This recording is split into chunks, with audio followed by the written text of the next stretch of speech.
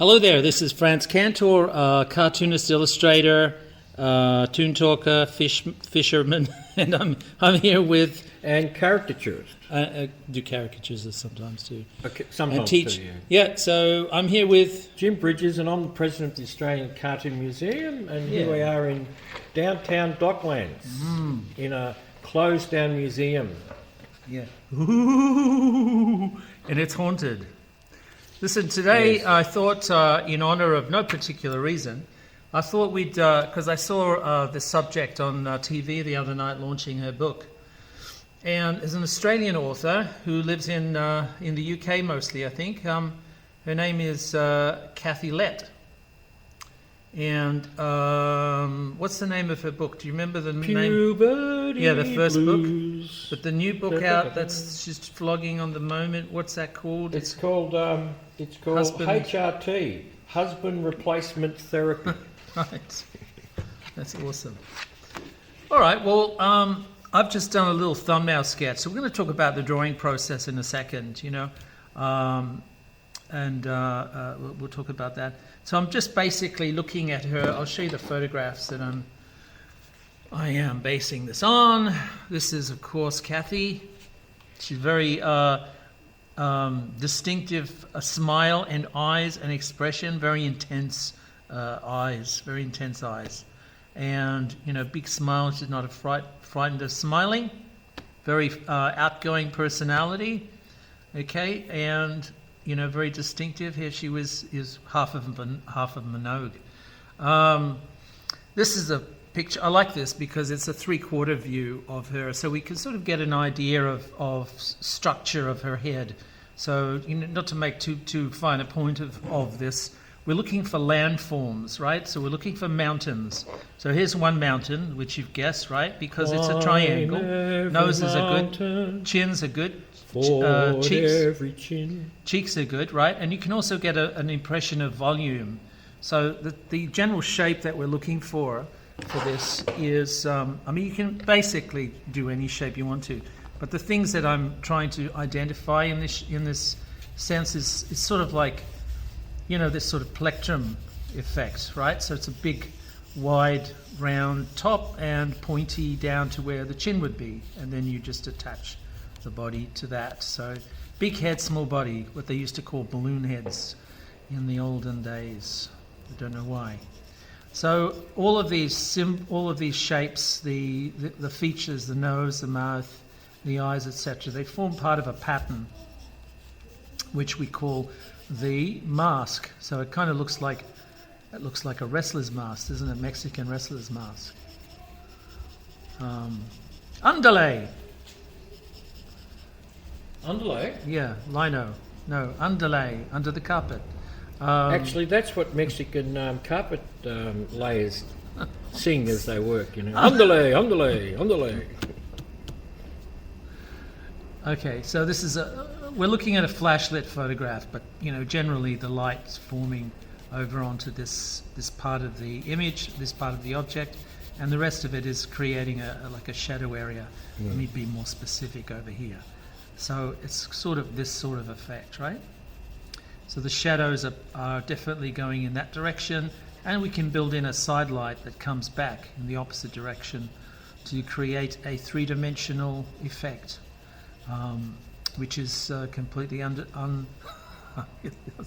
it's unrealistic. No, it's completely realistic in terms of believability of a three-dimensional form. Okay, so caricature is like 50%, you know, exaggeration, like you're exaggerating features and things, but also 50% reduction, so simplification, symbol, if you will, you know.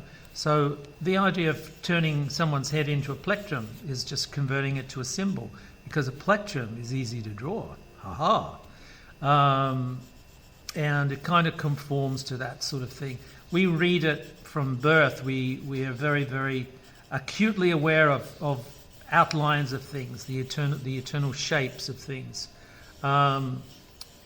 Let's not get into the sacred imagery of shapes, you know. No, but it's the bedrock. This is the symbol of the female essence, the yoni. No, it's but- nothing to do with that. But This is shape just is shapes. the bedrock of drawing, surely. Well, when we're born, we actually look at the outline of our mother's shape, right? And that sort of Do we? imparts trust to us, yes. Okay. So we imprint shapes. We don't see the details, the eyes, the nose, the mouth, etc. But we do imprint the outline. So we're very acutely aware of shapes. So let's delve into the actual caricature now. I've done a little thumbnail sketch to work out these problems of big and little and composition, ideas of composition. We're using a framing device. So I've actually transposed it from my thumbnail up onto this toned paper. And we're going to hit it with 3 colours of pencils. A brown pencil or terracotta, a white pencil for highlights, and a black pencil for little details. And also to help us out with outlines. Outlines, of course, is something you use to create. Don't forget the textures. Well, yeah, we might get help with some poscas, like some paint pens. Have a little metal ball in there to mix it up. Also, there's brush pens. This is a Zig brush pen, which is quite nice to, flexible brush. The ink is in the handle. We'll experiment with that. We'll try and use that. Let's try and get a nice sharp pencil and delve into it. Now, I'm working at an angle here. I'm not over the top because I've got, obviously, the cameras to contend with. I'm a little bit camera shy. Not really, but I just thought I'd say it. So He's very photogenic, actually. because I can do Vaseline hand ads, See this hand? It needs Vaseline. It needs more some than- intensive It care. needs more than Vaseline. Yeah. Where's your wedding ring? You always take it off for when you draw, do you? No, I have a thing where I can't actually wear anything other than stainless steel. It's weird, isn't it? Oh. I don't know what that it's not alopecia. I don't know what it's called. What? Why is that? I don't Because know. you get a rash, or or the gold goes black. What is it? Look, I don't know what it is. The gold doesn't go black. It's just it doesn't. It just tarnishes. Ah, yes. There's So let's change the a subject. lot of marriages are like that, aren't they? They're tarnished. Yes. Well, it's not the marriage. It's the metal. So I mean, it's, the metal of the marriage. well, Okay. yeah. Apart from anything else, you're basing your fidelity on a symbol rather than, fidelity for fidelity's sake, I suppose. Let's change the subject What about high into this fidelity? drawing. What about high fidelity? Is that a Hi-fi? higher form of marriage? Is it high Hi-fi. fidelity? Yeah, I guess so. Okay. Okay, we'll get off that subject. Now, I think you've already nailed her. I haven't nailed her yet. I think. Don't say. I haven't nailed anybody yet. I'm just trying to get a handle on some of. See, I've got these basic shapes in here, right? So I love the. Well, I this recognise three-quarter her view. from what I know So don't- from your sketch so Yeah. far. I'm not being unkind. It's a with very him. big thumb you've got there, a nail, very big thumbnail. That's a thumbnail. That's a thumbnail. This is just a sketch. Yeah. This is the thumbnail. Oh, it's a big thumb. Okay, well, Okay. Kathy Lette was born in You 1950. talking to me? Yes, Kathy Lette was born in 1958. Oh, good. 1 year older than me. Okay. But I'm still You're the just a kid. yeah. But I'm still the Sputnik baby. You're still a Sputnik baby. Yeah, the year of the Sputnik. The Well, I'm space just an age. Al Jolson baby. And she first really came to notice with her novel Puberty Blues, about two 13-year-old girls who from the southern suburbs of Sydney who Sutherland. Shire, checked isn't it, out or something? the surfer. surfing culture. Yeah, So that was in the and 60s? she wrote it with a friend of hers. I can't remember her friend. Anyway, she wrote it. I think she was about 18 or something when she wrote it, 17 or 18. I think she was still going to school. Anyway, it became a film and a TV series. She got a job at the Sydney Morning Herald where you used to work. Ah, As she had a column Mm-hmm. And then I think she went off to LA and New York, where she did sitcoms. I don't know what sitcoms, but she was a writer for sitcoms. Right. Yeah, and then when is it, about 1988, she left good old Oz and went to England, Mm-hmm. where she met and married Jeffrey Robertson. Robertson, Hypotheticals. the hypothetical husband. That's right. Well, And they had lots of dinner parties, and they were sort of the rage of London. Everybody wanted to go to her dinner parties because they were such a incredible couple, you know, when their big house and all yeah, that. dynamic, Yeah. social. And he was famous for all sorts. We'll have to do him too. He's a yeah, I actually did him for well. We need to. my You need to draw him caricature again page in and tell his Penthouse story magazine. because he's done so many things. He's a real hero amongst lawyers, that's for sure. Yeah, well, you know, heroes. We need heroes. We need more heroes. There's too few lawyer heroes. And heroines. Need them more, I think. I think so. Yeah, I think it's important to, you know, I've grown up in a household of strong women, and you know, especially my mother and my sister, and I have 3 daughters, and they're very strong-willed, and we need women. And your wife. Don't forget your wife. Yeah, and we need more strong-minded women, you know, with purpose, and it makes us better for it. I'm talking about me, you know, as men. I agree with you. We need women. I agree with you. They're, any form of criticism is good for you, especially if you listen to it, you know, and do something about it. Are you sure you're not Jewish? You keep saying these A blessing things. on your house, mazel tov, mazel tov. I guess it's a Catholic thing as well. It's something Oh, that we no, share with no, Catholics. No. The fear of the Catholics yenta. believe that women. The fear of the yenta. No, Catholics believe that women are either saints or sinners. There's no in between, you know. And of course, a lot of women. Isn't that famous? Oh gosh, what's that Jewish comedian I used to like? There's about 2,000, Yeah, no. That's probably not- 40,000 Jewish comedians. God, All right, make it easy. I can't. I forget. I'm not good with names. Anyway. What country?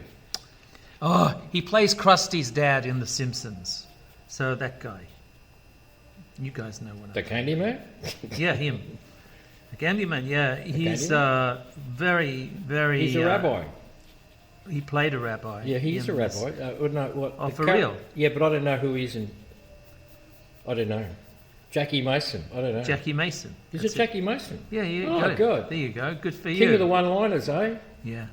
Yeah, good on you, Pete Crofts. Yeah. Okay, well, getting back to Kathy, we'll get away from Catholics and Jews. She, you know, in her lifetime, she's written about 15 books. And she's a real stirrer. She's a real perky, That's what I like. bubbly You know, sort of that's woman. the- I mean, you yeah. can tell by the drawing. And she's outrageous. She comes out with outrageous stuff, so everybody wants to hear what she's got to say next. So everybody, you know, I mean, she pushes out her books. She's got 2 children, and one of them is autistic, and because of that, she's become a world leader in talking about autism. That's one of the things she does. She talks An advocate for... Yeah, goes all over the world. I think she's been sort of canonised in that world as some sort of special person as well, you know? As a spokesperson. Yeah. Anyway, one of her books is How to Kill Your Husband, brackets, and other handy household hints. How to kill your husband. Yeah, and Okay. brackets, and other handy household hints. Right. That sort of gives you an idea of how she, you know, which actually that book was turned into an opera. Right. And she's written, I think, a play or 2, radio stuff, but she's mostly written humorous novels. And her latest one is The Husband Replacement Therapy. But the novels have a... HRT, which Yeah. actually came out this year and is still in the shops.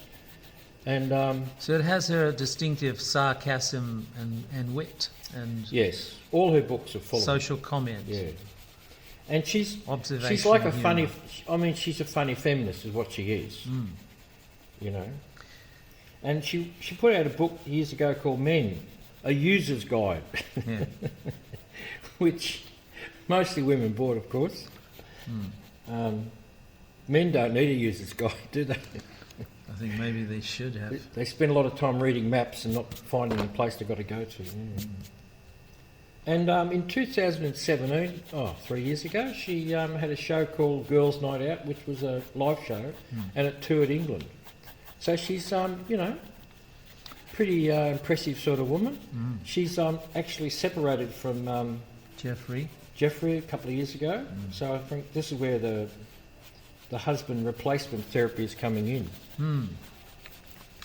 So her books are sort of about real point of view experiences in many ways, but then and they treated with humour. They make, like, you know, a lot of people struggle in their marriage, and so she sort of just writes the humorous side of it, you know, and you know, the humorous side of misunderstandings and frustrations, you know. So, I hate drawing jewellery, but anyway. Jewellery. Yeah, it's so structural. Now it's probably a good time to talk about one of my pet subjects. Jewellery. No, I'm like you. I don't like wearing jewellery, but I haven't got. I love wearing jewellery. I have a stainless steel watch. I don't have the stainless steel problem that you do. I don't like metal on my body. I'd wear a ring if it was stainless steel. I just can't afford to buy one. That's all. But you can afford to buy a gold one. So I can't wear gold. I can't wear silver or gold. What did your wife say about that at the time? Oh, she wouldn't have been too impressed. She didn't believe me until I wore one, and then it started to rot on me. So I thought, Okay. Yeah, well, you know, a lot of men take their rings off for certain reasons, you know. Anyway, where were we? Oh, yeah. Caricaturing of women. Now, I have this theory that a lot of men hold back on caricaturing women. Why? Well, because they're, you know, the old male gaze, they sort of objectify women. Yeah. And especially a pretty woman. I mean, for instance, in my lifetime of looking at millions of caricatures, because I love caricatures and animation, my greatest love. And they just are. I don't know, I find them magical and mysterious, both of them. And I've never, ever in my life seen a really good caricature of Ingrid Bergman, for instance. Or a woman who has classic beauty features, bone structure and all that sort of stuff. You know, I've seen some really good stuff of Sophie Loren and people like that. But she's got big lips and big eyes and big features. Big features, yeah. I was going to say cheeks. Yeah. And you know, and she's also got the personality to go with all that stuff. But if you're trying, you see, so I think that, and also, this is why I'm bringing this up to see what you think about this.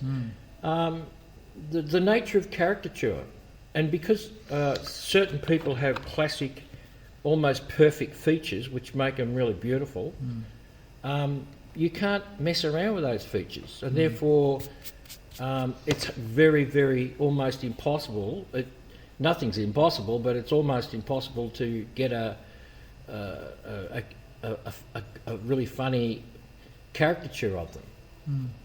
So what do you think about that? Or am I pushing a certain substance uphill?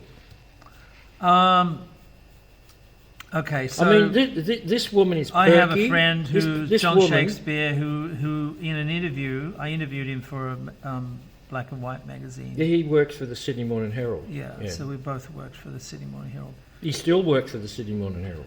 Yeah. Anyway, he's also published in The Age.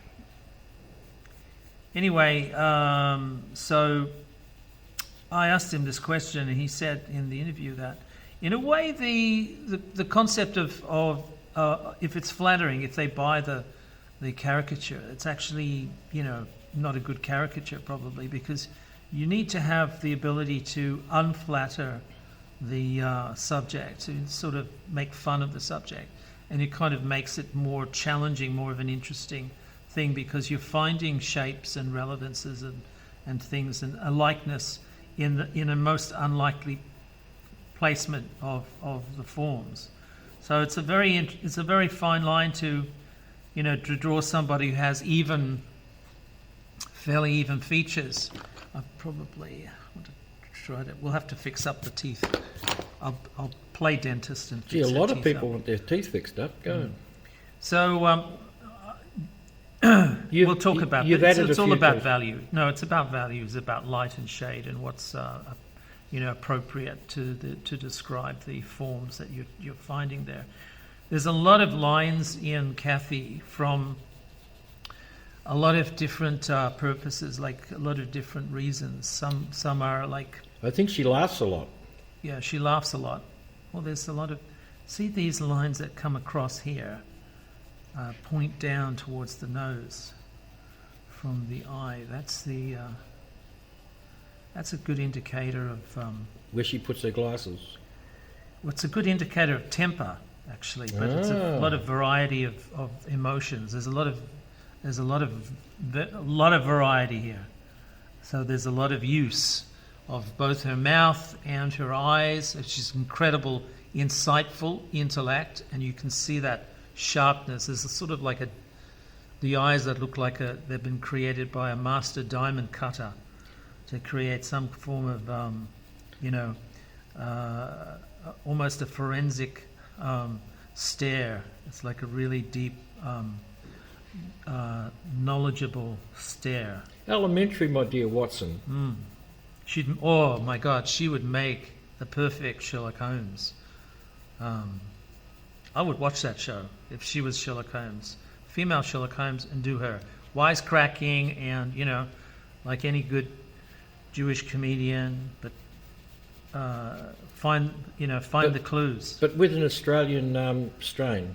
I don't care about the Australian strain. It doesn't matter. You can have a little bit of an Australian accent. It doesn't. It's not offensive. Not patently offensive to anybody. I think people are used to. I'm not talking about the accent. I'm talking about the personality.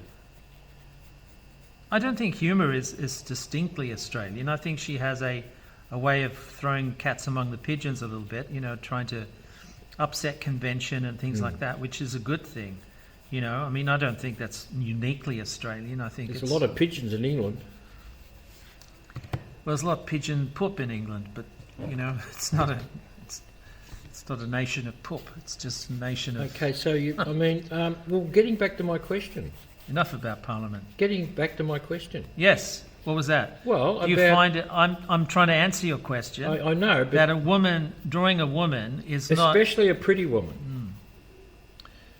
I'm not scared of drawing pretty women. I've caricatured pretty women before. Pretty woman. I've caricatured pretty women before, but I'm not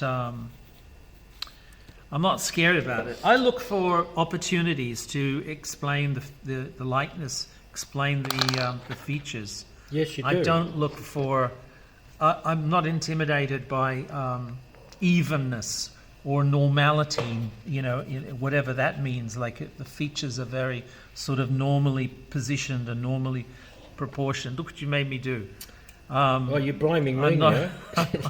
I don't care about that. I just look for the opportunity to find something that stands out. And of everyone's face, there's something that stands out. So sometimes it's easy to find, sometimes it's not. But you still have to look. I've spoken to many caricaturists about this subject. Yeah. And... when you look at somebody for a split second and you think... you get an impression, then you look away, right? Yeah. So that first impression is what you try to capture in any likeness or any caricature. It's that something that you have to sort of discern and take away with you from the image. You want to use this? You're playing around with my pencils. I'm going to have to get another. You want to use this one? See, these leads are quite soft, right? So, Yeah. In caveat emptor. He's pushing hard here. Let's throw in some legal terms. Caveat emptor. Keep her ex-husband happy. Well, I don't know if they're divorced. They just might be separated. So I love legal terms. I love Really? I love. They call it legalese. You know the If it breaks again, here's another one ready for you, right? cool. Folks, I've taught him how to use a pencil extender. Yeah. So, and these caricatures tell me that, especially in parties and big functions, women are the first ones who come up to be caricatured, whereas blokes all hang back. Well, women notoriously in parties and in public have a tendency to be very Vivacious. gregarious, very open. And they also tell me that when they're being drawn, they say, can you make my breast bigger or can you make me look prettier? Prettier in a caricature. Yeah, that's right.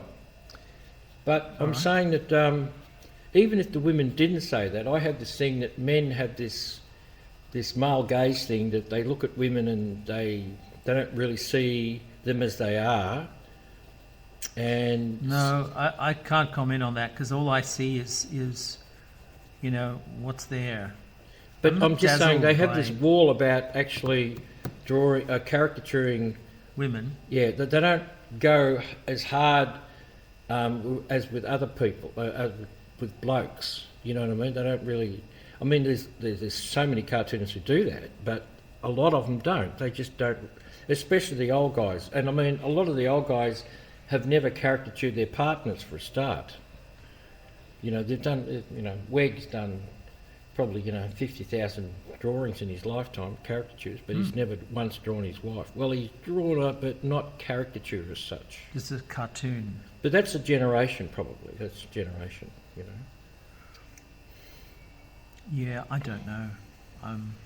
It's an interesting observation, I think, but I think it might be overstated the importance of caricaturing your wife. Well, I mean, children. I'm talking about the vast majority of people who caricature. They've only got one wife, and there's lots of other people sit in front of them. They draw, So I'm just saying. Yeah, but you remember also the wife isn't paying them, so it's not like hello, this is a gig. This is a gig. Cross my palm with silver. What's going on? Let's be serious about this. I do this for a living, folks. Sorry, Siri. I didn't mean to talk to you. Yeah, you don't want to upset Siri.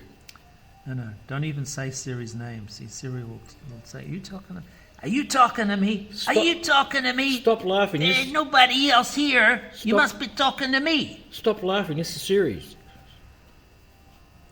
I wonder if anybody other than cartoonists, Australian cartoonists, knows that joke. Tell them about this. Actually, in the latest issue of Cartoon Muse that came out yesterday, this is a plug. That cartoon is actually on the front page. Right. Stop laughing, this is serious. And two blokes are falling off a girder and one of them's why pulling his all pants of the down. Cartoons in Australia did that one resonate with the cartoons? Because, what was special? when you read about the Depression in America, right, they always talk about the gags. The Disney Silly Symphony thing of the the three little pigs and the big bad wolf. Do they? Yeah, because who's afraid of the big bad wolf? I mean, the big bad wolf was the Depression, and so the three little pigs sort of sang their way out of depression, and it became symbolic. And I think in Australia that was the same thing. Right. In a time of really depression, people are really bad off. People hitting the road because they couldn't stay home.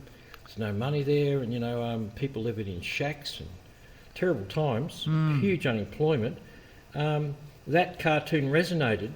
The guys one's hanging off a girder and the other guy's hanging off his pants. Right. So he's slipped they're down going to die. and pulled the pants They're down. going to die. They're about 100 feet above the ground, and they're going to die. And they're laughing their head off because the guy's looking up and the guy hasn't got any undies on. So he's just laughing his head off, and the guy hanging on to the girder says, "For God's sake, stop laughing. This is serious." So I think it was it was about timing. That cartoon represented the Depression. Yeah, and it also, it really struck a bell because they got something like about 33,000 letters. people wanted copies. Oh, really? Of the picture. Why don't they just buy the paper? So what, did they print the paper, printed out copies? No, they or printed the out lots of copies, and there's 33,000 of them, and it became Australia's most famous cartoon, it was called, the funniest cartoon. And actually there's also all these stories, and one of them is when they actually liberated a Japanese Berlin thing in New Guinea, okay. where they were, where the Japanese were. They found the cartoon stuck on the wall, and that was that with Japanese annotations written all over it. So they found that cartoon with little notes. Yeah. This is what Australians laugh about. No. It was, Remember to bring undies. No, it's like when people find something in a cartoon and they, that's my boss, or that's my situation, and they stick it on the fridge, that sort of thing. Okay. Or they stick it on the wall at work, that sort of thing. Well, that's interesting, isn't it? It's Very distinct. You've done a good job there. Well, she's got a very I don't think nice... she'd be cheesed off with what you're doing. Um, You've left her dignity intact. I haven't gone down here yet, so we'll get down here next. We'll see how much dignity. God, you're... So skin is a very interesting thing with tone. I'm using the tone paper to create different textures. Some areas are shiny, some areas are matte. And, Have you thought of getting different colour paper? Hypnotic. I have used different coloured paper, but they tend to colour the pencils that you're working over the top. So it's like a battle. Because I know you can get this in brown. These pads in brown. I have brown as well. So I have tanned paper. But you prefer the grey because it's sort of... Well, it's kind of neutral. It's sort of nice to play with. It has a nice effect. It's cool and warm at the same time. So I'm going to get some black. It's a black polychromo, and I'm going to go in and darken some of the shadow areas. I'm going to outline some things. So I'm going to pretend this is a brush. So I'm going to outline some things, but not. I'm going to be careful how much I have to put in. Of course, the eyes, blue eyes like this tend to be. I might just put in the highlights. Blue eyes, baby's got blue eyes. So, what do I do with the somewhere? Something somewhere.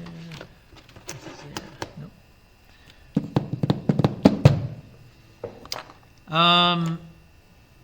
That's interesting. I haven't got the... Oh, there it is. Holding it in my hand and looking for it. Saying, where are you? What I'm doing is I'm putting in... some of these highlights from the flash. I like the Helen Shapiro haircut.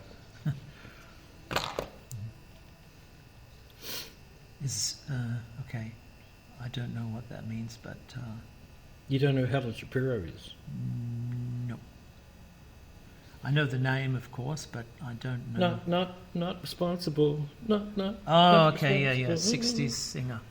Yeah. Schoolgirl. Right, yeah. I think she was 15 when she recorded her first album. Yep. Yep. She had a really strong, manly sort of voice. Really stuck out. It stuck out. It like stuck out. Yeah. It stuck. Are you sure you're not Jewish? There's some stuff coming out of your mouth that blessing on your house belongs to Foghorn Leghorn. I think I hang around you too much. What? Foghorn Leghorn is Jewish. You think Foghorn Leghorn's not Jewish? Of course he's Jewish. I doubt it. Oh no, he's Jewish, all right. He's that's one thing I can be sure of. He's not only that, but he knows his Yiddish. So my father used to speak fluent Yiddish, and my mother couldn't speak it because she was a Catholic, but mixed marriage. If you're a Catholic, you're forbidden to speak Yiddish. It's against the papal edicts. If there were any papal edicts, you could be sure that there would be. There's a lot of idiots. There's a lot of idiots in the papacy, that's for sure. Yeah. So I don't know. I think that the thing I found about Yiddish growing up was that it's very funny. So it has a very unique rhythm, and it's different to German. You know, German has a rhythm, and it's very sort of Germanic in a way. A lot of they have shared, you know, sounds and shared. Some of the words are similar. They sound similar, but Yeah, schmuck always sounded very German to me. well, see, that's what I mean. There's things in there that had a rhythm and had a humour. So when I was growing up, I heard this. My father always talking to his brothers in Yiddish, and they would always laugh. Would be laughing and talking Yiddish, you know. So for years I thought, well, my father's a comedian. I thought my dad was a comedian. You know, what's all this?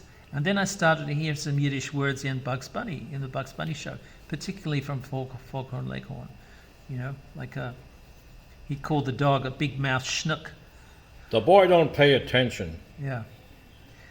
And of course, Mel Blanc, who did the voice for all of the Bugs Bunny show, except for Granny, who was Mel Blanc Jewish? Yeah. Oh. All of the voices of the characters were Mel Blanc, except for Granny, who was the voice of Rocky from Rocky and Bullwinkle. And for some reason, I had this perfect pitch hearing, so I could hear the distinctive tones, the dulcet tones of all of these characters. And I had a photographic memory for people, for like their faces and their voices. Names I ain't so good about. Names I'm not so good about. You know, it's funny because I actually thought that my first experience of Jewish language came out of Mad Magazine. Yeah, well, Mad Magazine, you know, Gaines and all of the artists that worked for the spellings Mad of the Magazine, words. most of them were Jewish. Yeah, well, and if they weren't Jewish, they were at least from New York. And if you're from New York and you don't know any Yiddish, you shouldn't be in New York, as far as I'm concerned. So there you go. It's a matter of culture. So awareness of culture. What I was going to tell you before you keep interrupting, what I was going to say was that Yiddish was like keep drawing. It was all to me. It sounded like shtick. It sounded like, you know, like comedy, and it had a beautiful rhythm to it. Well, I think it and does. I kind of liken it to. I call it the Jewish art of self-defense, because it's full of like sarcasm and making fun of people. And we're going to do a beautiful segue into Kathy Lette in a sec. Are we? Yes, because she doesn't make fun of people. She gets stuck in the blokes. No, she makes fun of society and things. She does. In the situation. She does. So she's in her element in England. Yes, but we liken this to a Australian trait, and she says that herself. But really, it's also a Jewish trait. And growing up as a kid, you know, understanding humour, reading humour all the time, Bugs Bunny show and Mad Magazine and things, it's also a very Yiddish trait. So it's very, not necessarily Jewish, not exclusively Jewish, but definitely a Yiddish trait, because it had the same, you know, rhythm and the same propensity to make fun of the big guys. I think when you talk about Foghorn Leghorn, I think what he's referring to, I'm pretty sure that was that voice he does with that character was a radio show, and it's just that his own Jewishness sort of enhances that particular voice. I know he based it on somebody else as a character. Yeah, he was an actor. I didn't know that Mel Blanc was Jewish. He was an actor. I know. I've seen him in films, and he was in. He was on the Jack Benny show. Yeah. So anyway, he had. Do you always leave the hair last to get stuck into? Or no, I'm scared of her hair because it's red. Well, leave it. I don't want to leave. Don't bugger it up. I want to comb it nicely. It needs a good comb. This hair needs a good comb. I can tell you now, as a professional, I'm a professional. I'm looking here, and I can see that this hair needs a good comb. I'm looking forward to these bits. Well, these you may highlights. be bitterly disappointed Oh, here. there's Salman Rushdie. Hello, Salman. That's your friend, yeah. She's, yeah, He needs a friend. yeah. You've got a friend. That's terrible. Well, I mean, he's got lots of friends, but there's a lot of social distancing going on with him. Is there? Oh, yeah. Is this fatwa connected social distancing? Something like that, yes. Right. Some people don't have a sense of humour. You see, Salman, you need, I love you. Yiddish I love in your you, life man. I to- love you, but look, you just need don't some stand too Yiddish. close, you know? Yeah, yeah. What's that ticking noise? So, anyway, so Hey, to by get the back way, to Kathy's work. So, Speaking of ticking noise, where's your watch. watch? Yeah. It's in the car because of lockdown. The bloody jewelers are not open. It needs a battery. Ah. You know, if you take off your watch, you have all the time in the world. The film ain't broke. We just got a bad joke. Yeah, his hand stopped. Yeah. Yeah. That's So, not a bad tell joke. me about- That's not a bad joke. That's a dad joke. And dad jokes and grandfather jokes don't have any sort of value system. They just come out, you know. Yeah. They don't have a. They proper tend to stop the punchline. traffic within the family, don't they? They do. Yeah. Yeah. You don't want to say that while you're carving the turkey. So anyway, getting back to Turkey? this. What turkey? What's her shtick? Her shtick is, Feminist funny. she's really quick. If She's you watch quick. her in interviews, right? She's good with a script. She'll script the thing to daylight, but Her she's- humour's as fast as her sparkling eyes. exactly. Her eyes are very sparkling. Very sparkling. Yeah, so it means that she's.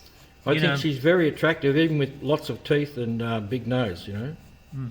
So she's very insightful, and this is the thing that's coming through from this. I wanted to talk a little bit about humour, the wrinkles humour when- to be successful before I was. has to have truth in it, surely.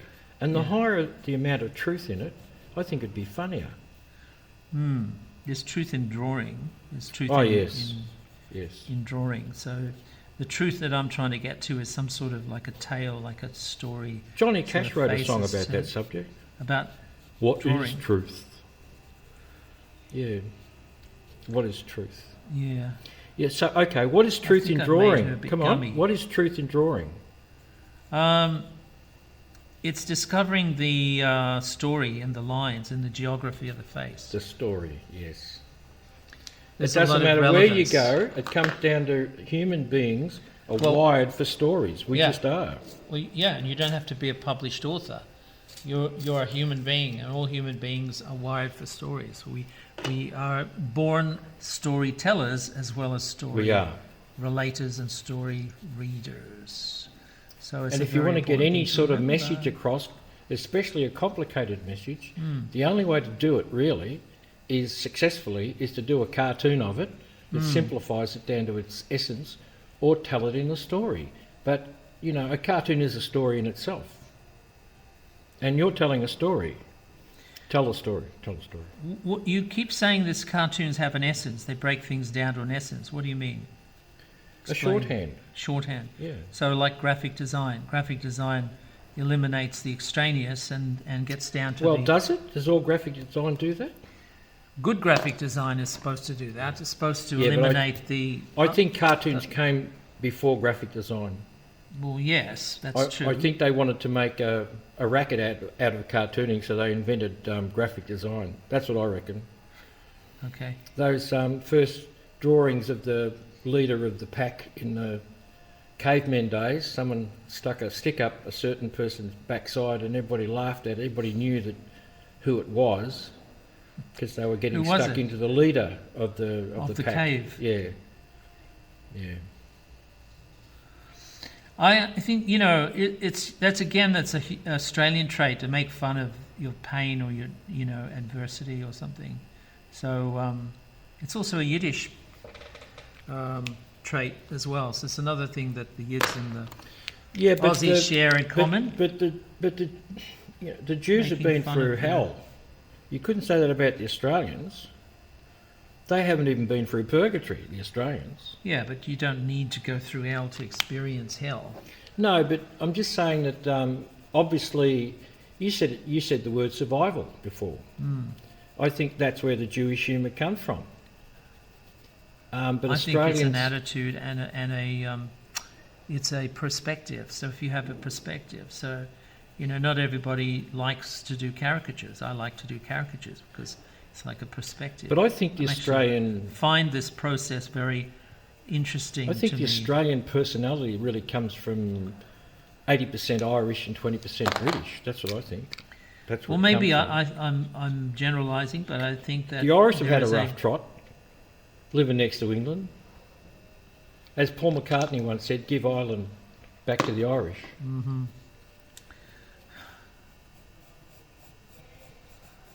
Okay. I hate it when you stop talking. Yeah. Well, I stopped It talking. means my 'cause jokes are bad. No, it means I disagree with certain things. Oh, certain things. Yeah, it's good. I like what I'm you're a drawing fan of there. England. I like England. Well, so do I. I'm an Anglophile. Are you? Yeah, I grew up on Look and Learn and Valiant Comics and Hotspur and, Oh, good. you know, But not TV Century 21. no. Okay, Tracy, I'll get right on it. Yeah. Well, I just. I preferred Mr. Squiggle than I was, Thunderbirds Are Go. I preferred Mr. Squiggle. There was a lot more Mr. Squiggle's very. creativity, I thought, in drawing intrinsically and involved. Yeah. Was that a word? Yeah. Yeah. I like Thunderbirds and Yeah, I That liked stuff. it too, but it was a bit, I like adventure. I didn't understand why people felt that, Lady Penelope was sexy. I thought that was a bit weird. Maybe it's her money. Maybe it's her pink Rolls Royce. Well, look, I don't know about you, but all shows... She's got very red lips, Has she? and I can't approximate that with this black and white. And You don't brown have a red pencil. No, not on me. Well, you can make it sort of dirty brown. How about that? Yeah, I don't want to do that. Dirty brown. I'll have a look at it. You're going to have to get a red What pencil. if I make a mistake? Oh, but you love making mistakes. He loves making mistakes because it learns from the process. I don't really have a red. And I tell you what, if you could give one message out to the world, that is Make more mistakes. that's right. Yeah. Make as much as possible because you'll get better quicker. It's as simple as that. And they're not mistakes. They're just bricks in the wall. Well, what's that thing that Bob Ross says? The Bob painter. Ross? You don't know who Bob Ross is? Bob Ross. No, he wasn't on Sydney radio. No, that's someone else. Sydney Radio. That's Bob Bob's- Rogers. That's Bob Rogers. Yeah. Bob Ross. You know who Sammy Sparrow is?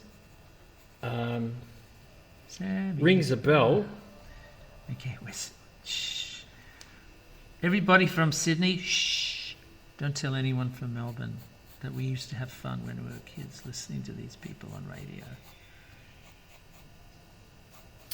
Well, I don't know. You got some They pretty had their funny own radio stuff. because every time I went to Sydney, all I heard was John Laws and that we other had character yeah, who's just left. retired. I used to And work for John him. Laws, I couldn't believe what I used to people, what he illustrate said. for him. I illustrated his articles in the. Did you? in Did the you ever meet Telegraph. him? No, I didn't. I met Piers Ackerman. He was put out lovely. albums. He put out albums where he sang and he recited poetry. Who? John Laws. Yeah. Yeah, I know. I've met John Laws several times. I've got a book of his poetry. And of course, it's unopened because you don't like reading. I don't It's mind full reading. of writing.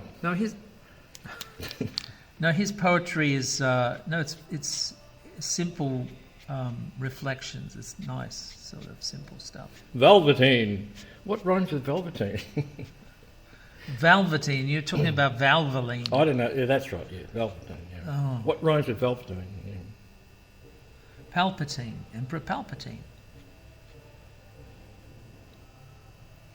It's gone quiet. He doesn't know who Emperor Palpatine is either. I'm just realising Hello. there is a hole between Sydney and Melbourne that a lot of things fall into. And Tatooine. They never come out. And yeah. And the Empire. Well, we started off as top dog, and then you took it off us, and now we're coming back big time. Top dog. Yeah. Okay. You notice there's I've always heard about this rivalry between Sydney and Melbourne. You've heard about it? Yeah, I've always heard Actually, about it. we when I made a was film kid about growing it. up. You should check it out on our website. Melbourne wins, by the way. Well, you can't be denied that Melbourne is the cultural centre of Australia. They just have more money than Sydney, that's all. And you can't buy culture with money. I don't care what the Americans say. Let's get back to Kathy. Oh, okay. I'm going to do some. I'm going to pull out the black pen. You and me to are get behaving some like drama Kathy's in clowns. here because, oh dear, just, I think you should have the puns. you should have a pink background there. You know. I don't have. Yeah, I should, but I don't have the pen. I should have prepared this later. Prepared this before, and brought some colours in. But the thing about tonal drawing is that you're concentrating on the tone, you're not concentrating on the colour. So that's the whole idea of this: to build a dimensional drawing. So, she's got a very interesting face. I don't know if I've got the likeness 100%, but I've enjoyed the process. There's a lot of shapes here, a lot of lines, which mean a lot to me, because I can see, the amount of energy that she exudes naturally, and the fact that she's very much led by. There's a conflict. She's led by her brain, and she's led by her heart. Thereby lies the conflict. There's a lot of confliction in her lines. So when you get wrinkles and furrows and things that cross each other, that conflict, especially lines that sort of appear, randomly, where there are no large muscles pushing and pulling. Do you learn that in anatomy, or you've just figured it out yourself? By doing thousands of caricatures. Well, you've learned the hard way. Yeah. But I have studied I believe anatomy. you. I believe you. I have studied anatomy. I know. So I've seen you carve meat.